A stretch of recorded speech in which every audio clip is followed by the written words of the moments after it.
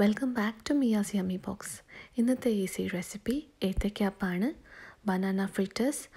പെട്ടെന്ന് ഒരു 5 മിനിറ്റ് കൊണ്ട് ഉണ്ടാക്കാവുന്ന ഒരു സൂപ്പർ ടേസ്റ്റി ആയിട്ടുള്ള സ്നാക്കാണ് നല്ല ക്രിസ്പി ആയിട്ടുള്ള ഏത്തയ്ക്കാപ്പം. ഇത് നമ്മൾ സാധാരണ ഉണ്ടാക്കുന്ന ഏത്തയ്ക്കാപ്പത്തിനെക്കാട്ടിലും ടേസ്റ്റിയാണ്, ക്രിസ്പിയുമാണ്. ഒരു സ്പെഷ്യൽ റെസിപ്പി. അതിനുവേണ്ട ഇൻഗ്രീഡിയൻസ്: നന്നായിട്ട് പഴുത്ത ഏത്തയ്ക്ക, 1 കപ്പ് മൈദ, 1/2 കപ്പ് അരിപ്പൊടി, നല്ല തരിതരിയായിട്ടുള്ള അരിപ്പൊടി, ഒരു അര കപ്പ് തൊട്ട് 3/4 കപ്പ് വരെ പഞ്ചസാര, 1 ടീസ്പൂൺ വനില എസൻസ് അല്ലെങ്കിൽ വനില എക്സ്ട്രാക്റ്റ്, ഇത് ഓപ്ഷണലാണ്, 1 ടീസ്പൂൺ ഉപ്പ്, 1 ടീസ്പൂൺ ബേക്കിംഗ് സോഡ, വറക്കാൻ ആവശ്യത്തിനുള്ള എണ്ണ, പിന്നെ കുറച്ച് വെള്ളം. ഇതിൻ്റെയൊക്കെ കൂടെ ഉള്ള സ്പെഷ്യൽ ഇൻഗ്രീഡിയൻ്റാണ് കോൺഫ്ലേക്സ്. 1 കപ്പ് കോൺഫ്ലേക്സ് നന്നായിട്ട് പൊടിച്ചത്. ഇത്രയും മതി നമ്മുടെ ഈസി പഴംപൊരി ഉണ്ടാക്കാൻ.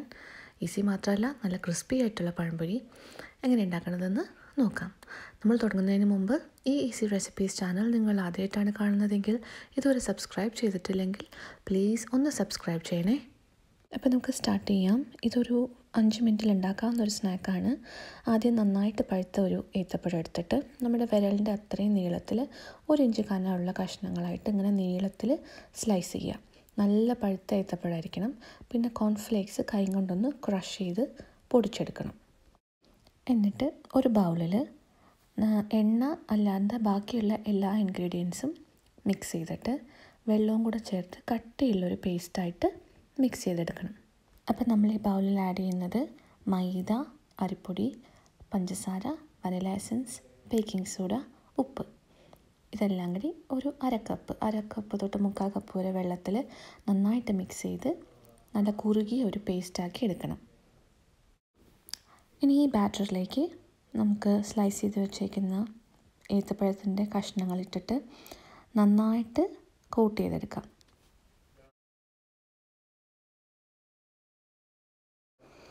ഇനിയാണ് നമ്മൾ ഏത്തയ്ക്കാപ്പത്തിനെ സ്പെഷ്യലാക്കാൻ പോണത്. നല്ല സൂപ്പർ ക്രിസ്പി ആക്കാൻ വേണ്ട പരിപാടി ചെയ്യണത്. നമ്മൾ കൈ കൊണ്ട് ഇങ്ങനെ പൊടിച്ച് വെച്ചിരിക്കുന്ന കോൺഫ്ലേക്സിൽ ഈ ബാറ്ററിൽ മുക്കിയ ഏത്തയ്ക്കാപ്പത്തിൻ്റെ പീസസ് ഇട്ടിട്ട് നല്ലോണം കോൺഫ്ലേക്സും കൊണ്ട് കോട്ട് ചെയ്യുക.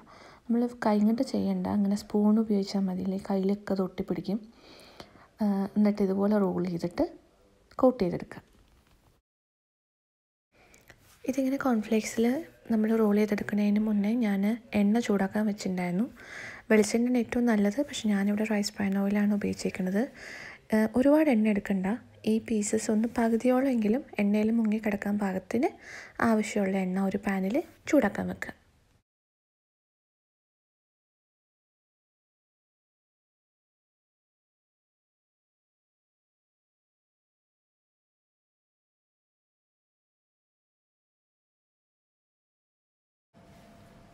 ഈ ചൂടായിട്ടുള്ള എണ്ണയിലേക്ക് ഈ പീസസ് ഇട്ടിട്ട് വറക്കാം. ഒത്തിരി ചെറിയ തീയൊന്നും വേണ്ട. ഒരു മീഡിയം തൊട്ട് ഹൈ ഫ്ലെയിമിലിട്ടിട്ട് പെട്ടെന്നൊന്ന് ഫ്രൈ ചെയ്തെടുത്താൽ മതി. ഈ സ്നാക്ക് പെട്ടെന്ന് ഉണ്ടാക്കാവുന്നതാണ്. ഗസ്റ്റ് വരുമ്പോഴോ അല്ലെങ്കിൽ കുഞ്ഞുങ്ങൾ സ്കൂളിൽ നിന്ന് വരുമ്പോഴോ ഒക്കെ ഒരു 5-10 മിനിറ്റ് അതിൽ കൂടുതൽ എടുക്കില്ല അത് ഉണ്ടാക്കാൻ. പെട്ടെന്ന് തന്നെ ഉണ്ടാക്കിയെടുക്കാം. ഈ പുറമേ ഒന്ന് നന്നായിട്ട് ക്രിസ്പായാൽ മതി. പിന്നെ നല്ല പഴുത്ത പഴമായതുകൊണ്ട് അകത്തും പെട്ടെന്ന് നന്നായിട്ട് കുക്കായിക്കോളും.